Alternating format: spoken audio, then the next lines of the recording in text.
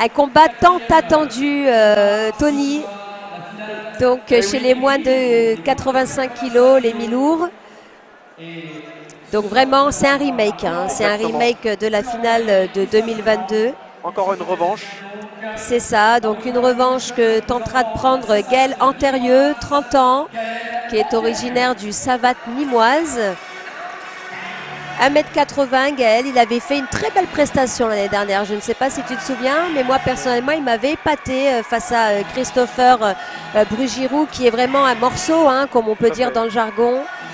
C'est le client de la catégorie depuis quelques années. C'est ça. L'indétrônable Christopher Brugirou. L'indétrônable, exactement. 1m93, hein, un avantage de taille pour Christopher. C'est ça. Christopher fausse-patte. Ouais. Un gaucher qui sait très bien se servir de ce qui pour lui est un avantage. C'est vrai. Fausse patte aussi avec un véritable punch. Un puncher, il frappe fort avec ses poings.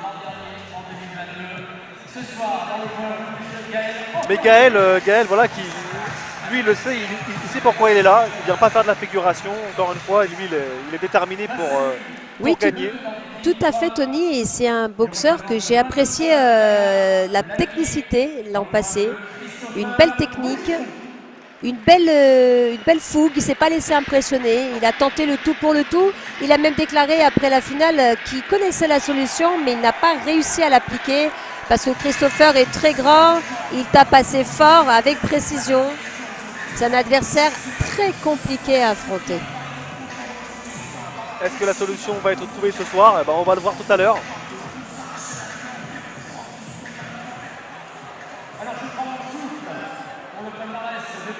Et puis ce qui est drôle avec Christopher, c'est qu'il a une attitude, là même quand qui peut paraître nonchalante. En effet, on pourrait se dire, on a l'impression qu'il se demande ce qu'il fait ici. Ouais. Et vite, on va vite se rendre compte qu'il n'est pas venu pareil, qu'il n'est pas venu par hasard.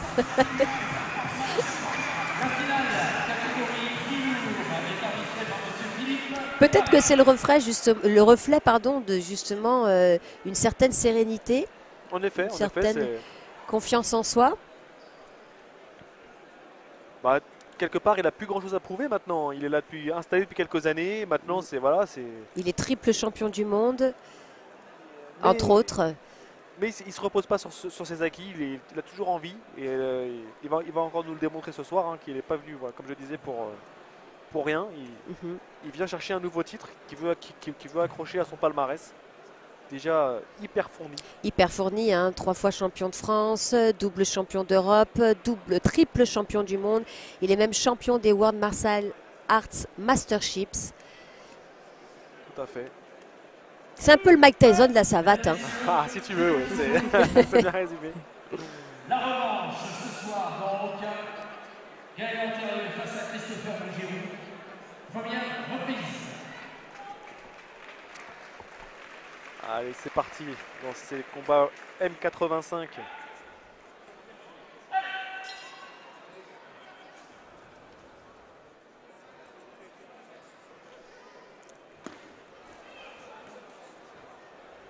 C'est la 3e fois hein, que les deux hommes se rencontrent. La première, c'était en 2017 lors d'un tour de poule. Oui. Ah ouais, ils se connaissent très bien, c'est sûr. Hein. Ils ont eu l'occasion de se reconnaître. Mais c'est souvent comme ça en savate boxe française. Hein. Ils se boxent tout au long de l'année. Et après, ils peuvent se retrouver dans le dernier carré, chacun de leur côté, pour se retrouver finalement ce soir en finale. Ah, gros fouetté, bien préparé hein, de la jambe arrière de Christopher Brugirou. À distance. À distance. Là, on voit que attention à Gaël qui se jette avec des crochets larges. Il sait qu'il va falloir qu'il ébranle Christopher c'est ça. Pour tenter de le faire chuter. C'est ça. Ah, il se plaint d'un coup interdit.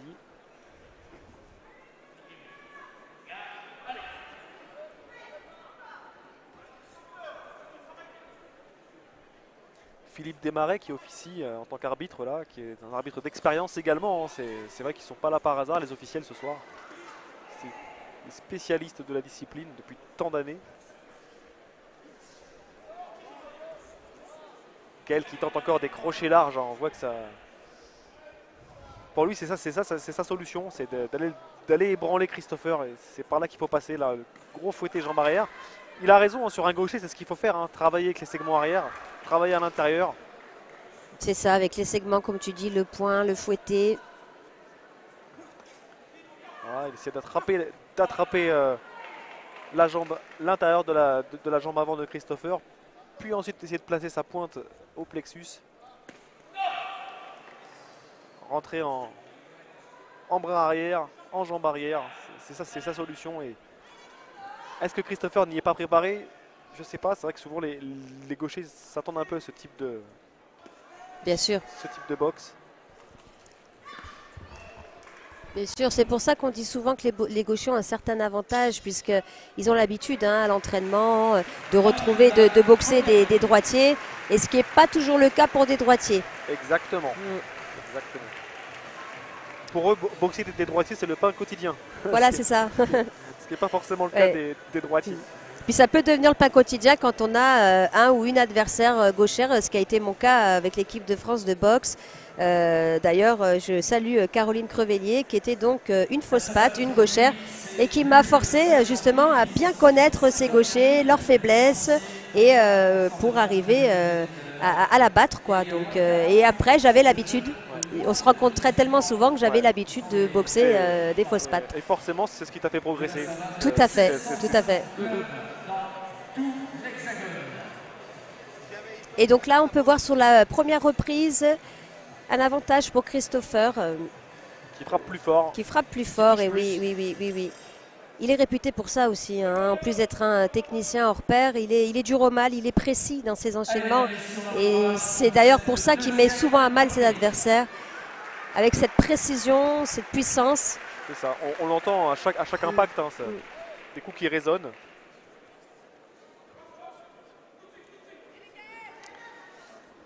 Et puis est-ce que ça aide, mais Christopher est chaudronnier de métier. Ça aide forcément. Ça aide forcément. Un métier manuel, physique. Ce qu'il transfère dans ses coups de marteau. Qu'il a bien sûr avec ses mains. Gaël qui se plaint d'un coup derrière la tête. Un coup irrégulier. Du coup, il est compté automatiquement, Tony? Du coup, il est compté parce qu'il stoppe le combat. Derrière, l'arbitre aura la possibilité, s'il le souhaite, de demander un avertissement. Et là, c'est les juges qui vont déterminer si le compte est valable ou s'il y avait avertissement, donc un coup interdit. D'accord.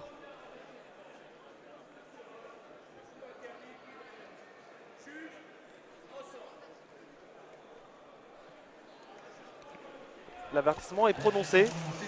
J'ai pu jeter un œil, tous les officiels n'étaient pas d'accord. C'est ça, il y en a 2 qui ne l'avaient pas vu, ils ont levé les 2 mains, comme tu l'as précisé tout à l'heure. Et 3 qui l'ont prononcé. C'est ça.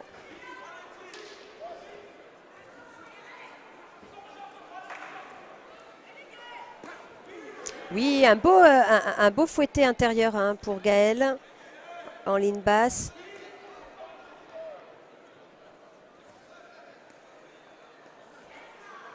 Beau travail, hein, de Christopher encore, avec ses poings, pour remonter au visage ensuite, des larges crochets. Il est grand, mais il sait travailler de près, donc il est complet. C'est ça qui est impressionnant en boxe française savate, encore une fois, hein, c'est cette capacité à travailler de près, peu importe la taille. On l'a vu aussi avec Alice lors du combat précédent. Tout à fait. Ouais, donc là, il enchaîne un coup de poing au visage et corps pour Christopher. On voit que là, le combat commence à s'emballer. Là, chacun commence à vraiment à poser ses jalons. Là, on voit Christopher qui s'emploie, là, qui commence à frapper de plus en plus fort. Mais Gaël qui essaie à chaque fois de remiser. Là, sur cet échange, c'est Christopher qui finit avec des fouettés en ligne basse et qui remet là un super crochet du bras avant finalement. Attention, attention à Gaël quand même à ne pas commettre une erreur qui peut lui être fatale, hein, parce que Christopher a un bon coup d'œil. Donc, exactement, il ne faut pas confondre vitesse et précipitation. C'est ça. Bien penser à monter ses mains, surtout face à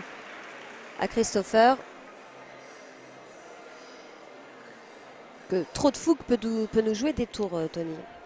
Exactement, faut pas, voilà, faut vraiment, voilà, ça reste, faut savoir qui on a en face, faut tenter sa chance à fond, mais tout en étant construit et, et mesuré vis-à-vis de l'adversaire qu'on a en face, tout simplement.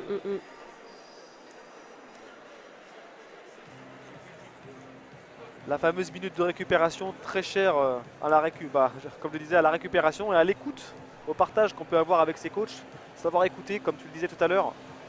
Savoir restituer ensuite lors de la reprise. Des fois là, c'est là qu'il ne suffit pas de dire grand chose des fois. C'est deux, trois petites choses des fois qui peuvent faire changer. Et tu as raison, il faut, et je dirais même plus, il ne faut pas dire beaucoup de choses. Exactement. Parce que l'athlète doit à la fois récupérer, écouter et le minimum, mais le plus important, doit être dit. Exactement. Pour pas que le tireur s'embrouille les pinceaux. Il ne faut pas le noyer dans les consignes. C'est ça. Pour les secrétaires des Poussets, deuxième reprise.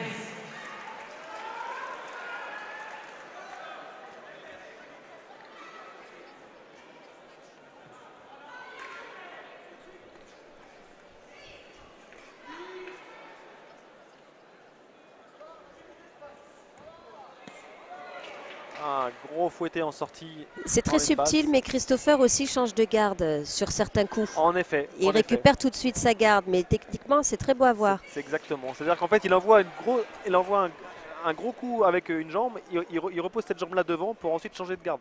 C'est ça.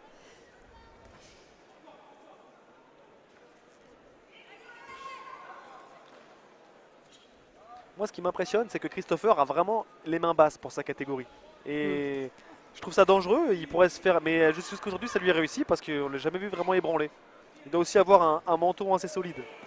Un menton assez solide et peut-être aussi, Tony, qu'il se sent à l'aise aussi, peut-être avec les mains basses. Il y a beaucoup d'athlètes qui boxent de plus en plus, ça les libère un petit peu. Et finalement, on voit qu'il prend un peu de coups, c'est-à-dire qu'il les accompagne bien, il esquive bien. Du coup, il a un bon champ de vision. C'est ça, une belle vista. Voilà. Encore ce fouetté qui frappe, qui percute la cuisse de Gaël. Et oui, et Gaël qui a des belles capacités d'encaisser parce qu'il est toujours présent malgré les coups durs qu'il prend. Il remet sans cesse. C'est vrai que là-dessus, on peut pas lui enlever. Et oui, il a un très gros mental, Gaël. Il m'avait impressionné déjà l'an passé. Là, il vient d'encaisser un gros direct bras arrière. Est-ce que ça a l'air de l'avoir un peu ébranlé? On va voir s'il a récupéré. Ah, il est là, il est toujours là. Il était allé au terme du combat l'an passé. Parce que, je tiens à le préciser, Christopher, c'est quand même 32 victoires par hors combat. C'est un puncher. C'est un puncher.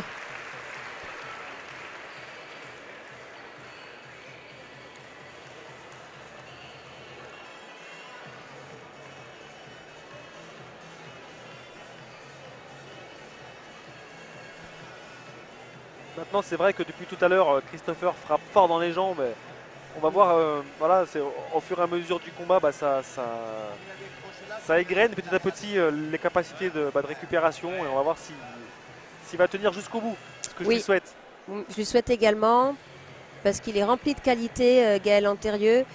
Mais il a face à lui vraiment une montagne, j'ai envie de dire. C'est ça. On peut le voir sur les statistiques. 50% de plus de coups puissants côté Christopher, donc ça parle. Ça parle. Christopher qui nous vient d'Auvergne, et Gaël, comme on l'a précisé, de Nîmes.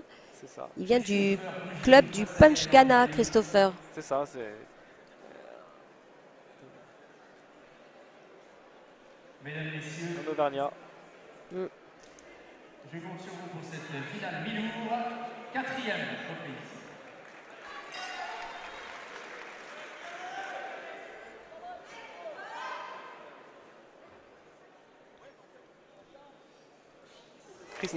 Christopher qui s'est vraiment affirmé depuis le départ de Dylan Collin, qui régnait un peu sur la catégorie, qui est parti en boxe anglaise, que je salue, qui reprend là, son prochain combat professionnel bientôt. Et ouais, mais en tout cas, il Il n'a pas laissé la catégorie en reste parce que Christopher a vraiment... voilà, ils s'étaient affrontés tous les deux, Tony? Ils s'étaient affrontés et c'était Dylan qui avait remporté le titre à ce moment-là.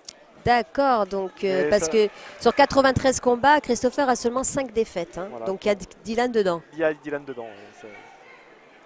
Ça me fait penser à moi quand je suis venu en 2007 pour ma première finale élite, ici même à Stade de Coubertin, c'était contre Amri Madani, le champion incontesté de la catégorie. Il m'avait battu à cette époque-là, mais il m'avait mis le pied à l'étrier parce que derrière, ça m'avait permis de briller les années suivantes. Tu avais pris la relève. Et j'ai exactement pris la relève.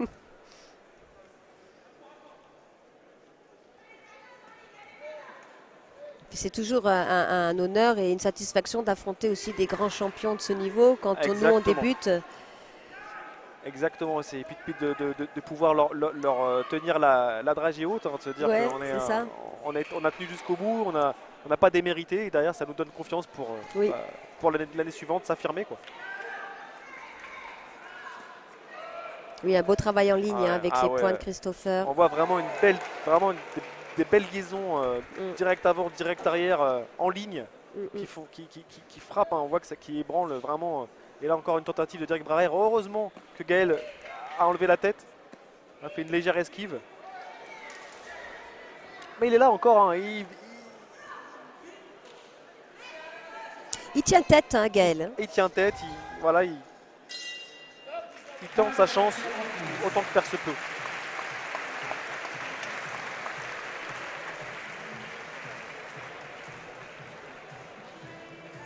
Alors on peut se demander quelle est encore la motivation de Christopher parce que il a tout gagné en boxe française.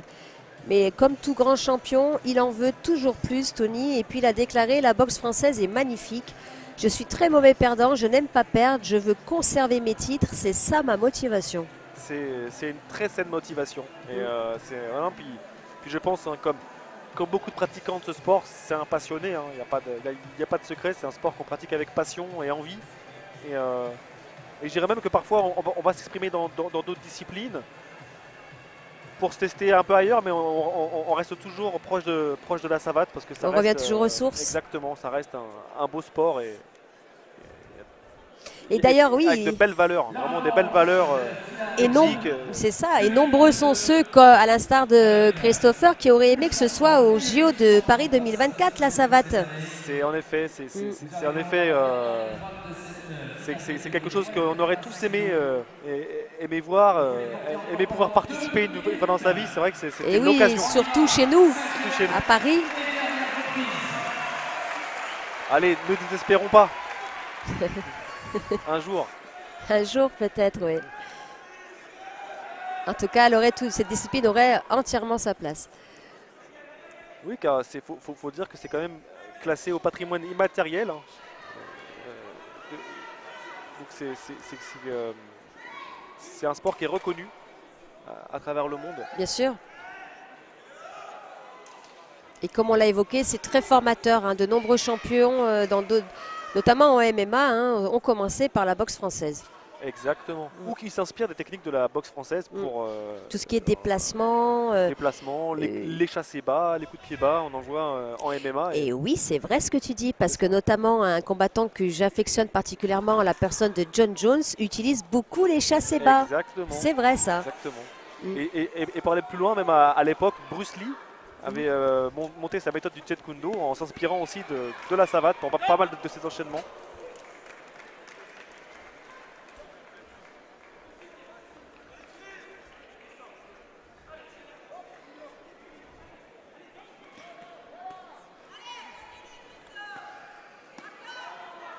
Toujours des coups qui frappent fort dans les appuis de Gaël, des fouettés bas. Mais il est là, il revient, il rentre en point, il tente de ressortir en jambe à chaque fois, même si on sent que voilà, c'est un peu moins efficace. Et là, c'était hors distance. Bon, c'est la fatigue qui commence à s'exprimer, à se faire ressentir. Bien sûr, surtout qu'il y a un rythme soutenu depuis le début de ce combat. C'est le moins qu'on puisse dire. Mais bon, comme tu l'as dit, peut-être que Gaël sera la relève de Christopher, parce qu'il lui tient tête. Peut-être. Quoi qu'il en soit, il y aura à un moment donné une relève, c'est sûr. Parce que... Et oui, il est aussi entraîneur à côté, Christopher. Donc il a monté son club à Ghana. Quel bel exemple du coup pour ses adhérents. Ah, encore une belle gauche, une belle droite, pardon, qui touche. Ouais, il essaie d'accélérer sur cette dernière reprise. Le chassé frontal, il est grand, il a raison. Pourquoi s'en priver? Tentative de fouetter bas, mais belle esquive de Gaël.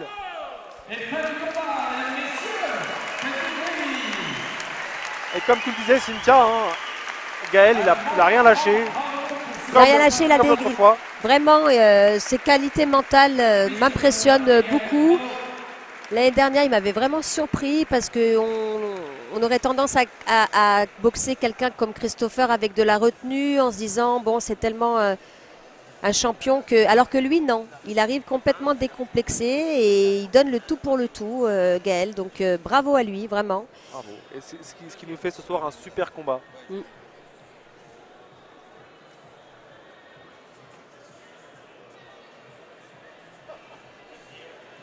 Il boxe vraiment, Gaël, avec l'idée que tout le monde est battable. Ouais. C'est ça qui est beau à voir. Et de toute façon, c'est la mentalité qu'il faut pour être là. Hein. De toute façon, il n'y a pas de secret. Hein. On ne vient pas en finale par hasard. C'est que si on est là, c'est qu'on a sa chance. Et il faut la tenter à fond.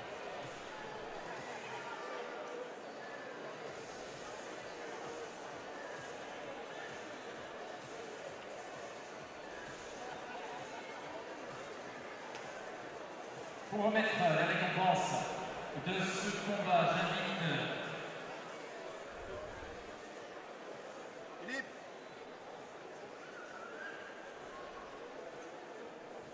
Céline Dolméchoir, qui va nous rejoindre, vice-présidente de la Fédération, présidente du Comité national de cadre de combat et bâton. Merci d'être là.